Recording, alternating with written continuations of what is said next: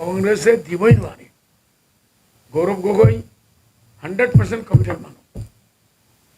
দিল্লীৰ পৰা ইনষ্ট্ৰাকশ্যন আছে মুছলিমক দিব নালাগে, কিয় যোৱাবাৰ দিয়া নাই? যোৱাবাৰতো লাইন ক্লিয়াৰ আছে। Y not? দিবই নোৱাৰে। কিছু চিট ইয়াত কংগ্ৰেছে দিবই নোৱাৰে। সেইটো কাৰণে এই চিটটো 100% আপোনালোকে দুৱা ৰাখক। 3 মাহৰ ভিতৰত আমাৰ এজন কেণ্ডিডেট, এজন আমাৰ প্ৰাৰ্থী ৰাজ্যসভাত লোকসভাত গৈ আছে ইনশাআল্লাহ। We are getting a permanent member of parliament in Assam, in Lok Sabha. বাজাৰত উৰিছে ৰেজাল্ট কৰিবৰ কথা।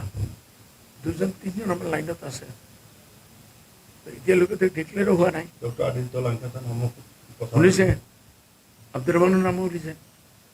দেখা যাব টাইম আহিলে।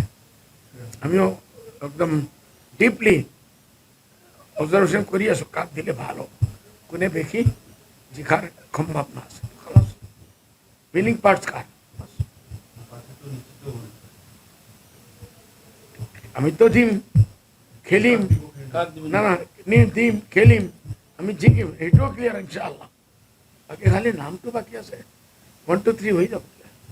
1 2 का 4, 1 2 का 4 4 নেওয়ার কংগ্রেসের নিচিনা কোনো পার্টি পচা গলা বৈদা আৰু কেউ দিব পাৰ্টি। কংগ্ৰেছৰ কথা কৈছে যে গৌৰৱ গগৈ থকাৰ কাৰণে কংগ্ৰেছৰ আজি গেলা অৱস্থা। আজি এই হালত হৈছে। যদি ৰকিবুল হুছেইনক প্ৰেচিডেণ্ট দি দিলে হয়, আজি কংগ্ৰেছৰ পৰিস্থিতিটো আলম হৈ গ'লে হোৱা নাই। Y not? Because he is Muslim only. 3 time 4 time cabinet minister আছে। কি কমি আছে? কুস্তি লাগালেও আজি জিকি যাব। ৰকিবুল হোসেন জিকি যাব। কুস্তি লাগালে 2 ৰাউন্ড 3 ৰাউন্ডেৰ ভিতৰত গৌৰৱ গগৈক আউট নিদিব। কিন্তু ওপৰৰ পৰাই কমিউনেল লাইন আছে। কিহৰ কাৰণে কংগ্ৰেছে হাইকমাণ্ডে গৌৰৱক ৰাখিছে বুলি ভাবে?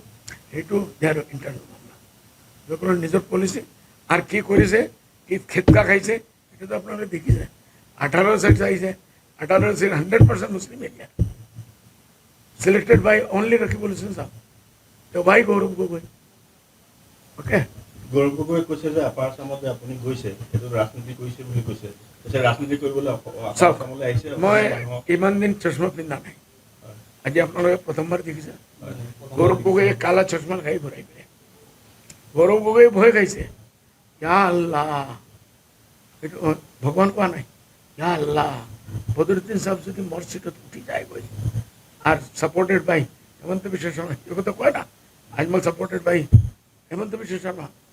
যদি মই উঠি যাওঁ আর মোক উঠাই দিয়ে আমার পার্টিয়ে আর সাপোর্টেড বাই হেমন্ত বিশ্ব শর্মা, গৌৰৱ গগৈ লাইফ শেষ। তাত গৈ দিল্লীত কি কৰিব? অপজিশ্যন লিডাৰ হ'ব নোৱাৰিব, তাৰ লাইফেই বৰবাদ হৈ যাব। সেইটো কাৰণে মই দেখিছোঁ ইণ্টাৰভিউ দি আছে, এনেকুৱা কৰে, ভয় খাই আছে, মাজে মাজে হিৰিঙি লৈ আছে। আমাৰতো কোনো ইচ্ছাও নাই। আপোনাৰ নাম ক'লে তো ডাঙৰ খাই উঠে। না না, এইবাৰ খাস কৰি শিৱসাগৰত মই গৈছোঁ, মই এদিন মেপটো দেখিলোঁ, 99% এৰিয়া গৌৰৱ গগৈৰ এৰিয়া। মইতো নাজানোই, মোৰ কোনো ইচ্ছাও নাই। তাত আমাৰ 10% মানুহ, মই কি কৰোঁ? চিন্তা কৰাই নি? বোলে যাৰ মনত চোৰ আছে, এইটো বিল্লি দেখিবই, দেখি আছে।